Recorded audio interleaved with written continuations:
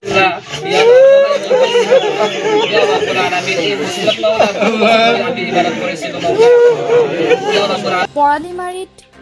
লুইটৰ বিধ্বংসী খোখনিয়াৰ কবলত পৰিছে এটা জামে মছজিদ। মৰিগাঁও জিলাৰ লাহৰীঘাট সমষ্টিৰ বৰালিমাৰীত লুইটৰ বিধ্বংসী খোখনিয়াত জাহ যোৱাৰ উপক্ৰম হৈছে জামে মছজিদ।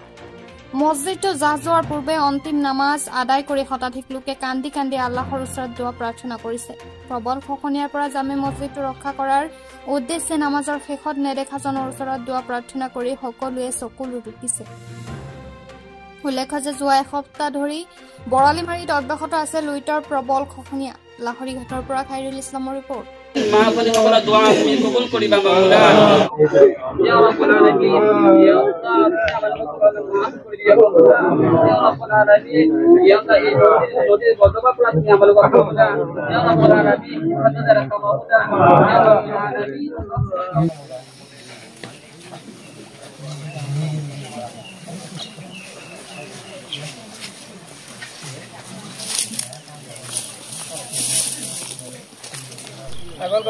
Go.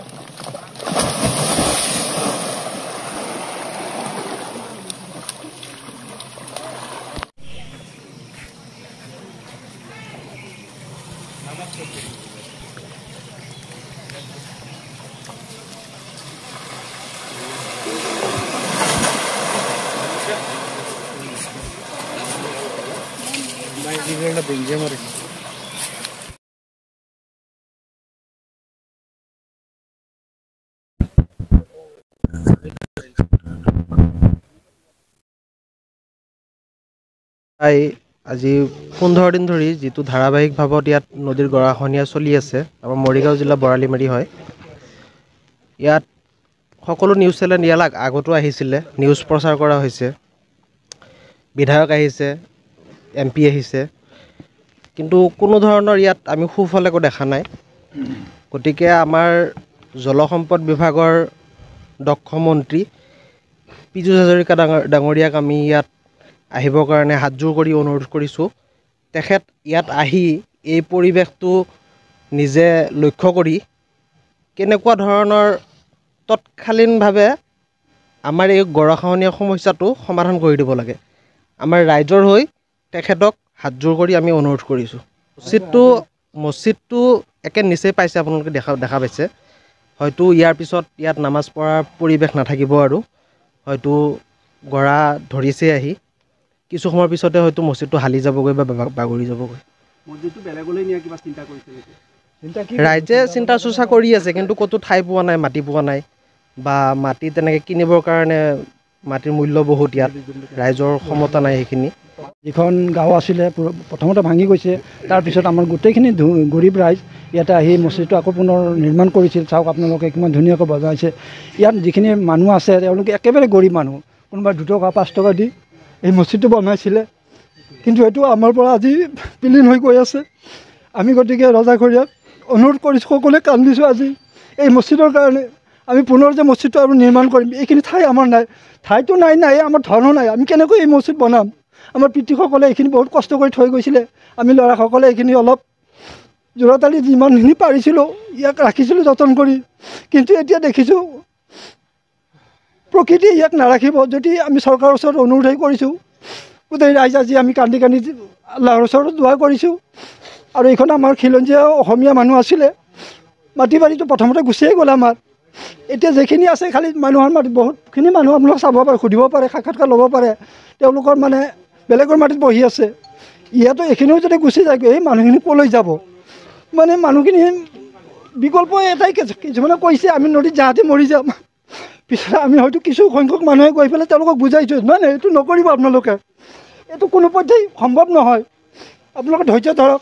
নিশ্চয় আমাৰ মন্ত্ৰী মহোদয় আছে, আমাৰ চৰকাৰ দৃষ্টিগোচৰ কৰিছে, নিশ্চয় আমাৰ এটা সুফল দেখুৱাব। যদি আমাক অনতিপলমে যদি এটা সমস্যা সমাধান কৰি দিয়ে, নিশ্চয় এই আমাৰ গৰীব ৰাইজখিনি এটা উপকৃত হ'ব। এইখিনি চৰকাৰৰ ওচৰলৈ মোৰ বিনম্ৰ অনুৰোধ থাকিল। বহুতো বিচাৰিছোঁ, বহুত ঠাইত বহিছোঁ আমি, কিন্তু এতিয়ালৈকে আমি মাটিৰ কোনো হেৰি কৰিব পৰা নাই। একঠা মাটি কিনিব গ'লে অলপ ভিতৰৰ ফালে যদি ল'ব যাওঁ, একঠা মাটিৰ দাম আছে 3 লাখ বা 4 লাখ টকা লাগে।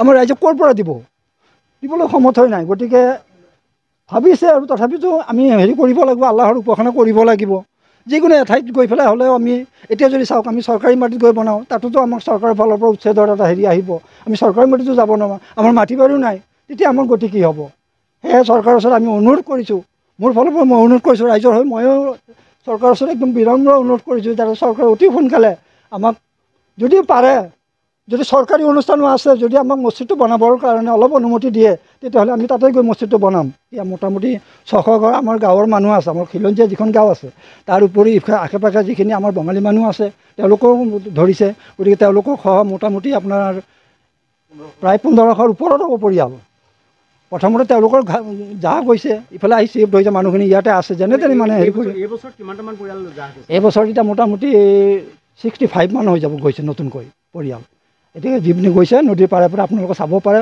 সাক্ষাৎকাৰ ল'ব পাৰে বহু মানুহ এতিয়ালৈকে ঘৰ ভাঙিয়ে আছে তেওঁলোকে উপায়টো নাই এতিয়া কোনো ধৰণৰ ব্যৱস্থা লোৱা নাই হয়তো পেলাইছিল কিছু বাঁহ পেলাইছিলে ইয়াতে চৰকাৰৰ ফালৰ পৰা হয়তো পঠিয়াইছিলে কিন্তু এই বেম্বুটো কাম নকৰে গৈ বেম্বুৱে আৰু ক্ষতিহে কৰিছে যেন লাগিছে কৰিছে আপোনালোকে দেখিছেই কিন্তু ইয়াৰ দ্বাৰা কাম নহ'ব যদি চৰকাৰ স্থায়ী এটা কৰে তেতিয়া মাটিত গৈ পেলাই যেনে তেনে খালি মানে তিৰপলটো নি পেলাই তেওঁলোকে থকাৰ ব্যৱস্থা কৰিছে প্ৰত্যেক ঘৰটো যে বনাব সেইখিনিতো তেওঁলোকৰ আৰ্থিক নাই সমস্যাত পৰিছে তেওঁলোকে এই তেওঁলোকৰ মানে এয়া আমাৰ দুৰ্দশা আজিৰ দিনটোৰ কাৰণে আমাৰ অন্তিম দিন বুলি আমি ভাবিছোঁ কাৰণ যি হিচাপত গৰাখহনীয়াই লৈছে খুব কিছু সময়ৰ পিছতে হয়তো আধা অংশ আমাৰ লৈয়ে যাব মছজিদৰ গতিকে আমি অকণমান আগতো মই কৈছিলোঁ বা অন্যান্য মিডিয়াৰ সন্মুখতো মই কৈছিলোঁ যে আমি ৰজাঘৰীয়াৰ বিশেষকৈ সমতাশালী তথা দক্ষ মুখ্যমন্ত্ৰী তেওঁৰ অধীনত আমাৰ মৰিগাঁও জিলাৰ দায়িত্বত থকা পীযুষ হাজৰিকা ডাঙৰীয়া তেখেতো দক্ষ এজন মন্ত্ৰী গতিকে তেওঁক আমি আহ্বান জনাম এই বৰালিমাৰী অঞ্চলৰ হৈ খুব সোনকালে যাতে তেওঁ আমাৰ এটা সুব্যৱস্থা কৰি দিয়ে তাৰ বাবে তেওঁক আমি আহ্বান জনাম